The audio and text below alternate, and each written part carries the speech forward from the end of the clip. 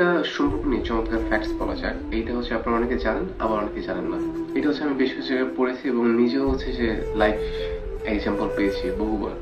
তো ফ্যাক্টটা হচ্ছে এরকম যে যখন আপনার সঙ্গে আপনার ফ্রেন্ডের, ভাই বোনের, হাজবেন্ড ওয়াইফের বা যে কোনো আত্মীয় স্বজনের যখন ঝগড়া বাজে, তখন আপনার তার প্রতি একটা বিতৃষ্ণা চলে আসে, একটা বিরূপ ভাব চলে আসে যে আমি তার সঙ্গে জীবনে কোনদিন কথাই বলবো না, বা তার সঙ্গে জীবনে কোনদিন মিটিং করবো না, বা সে সামনে আসলে তাকে একদম মেরে ফেলবো আমি। বা অনেক ধরনের আপনার মাথায় চিন্তা আসে যে ওই ব্যক্তিটা আপনার থেকে সারা জীবনের জন্য চলে গেল, ওই ব্যক্তিটা আপনার সামনে আসলে আপনি তার সঙ্গে খারাপ আচরণ করবেন বা তাকে মারবেন, এরকম একটা মনোভাব থাকে কিন্তু অনেক সময়। বাট যখন ওই ব্যক্তিটাই, যার প্রতি আপনার রাগ, ক্ষোভ, গুসা, সে যখন আপনার সামনে আসে, তখন কিন্তু আর ওই মনোভাবটা থাকে না।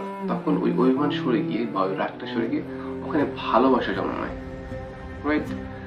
তো এইটা হচ্ছে আমাদের একটা ফ্যাক্ট যে আমরা হচ্ছে যে যতই মানুষের মধ্যে ক্ষোভ, গোসা, ঘৃণা রাখি না কেন, যখন সেই ব্যক্তিটা সামনে আসে তখন হচ্ছে আমাদের অভিমানের উপরে আমাদের ভালোবাসার স্থান পায়।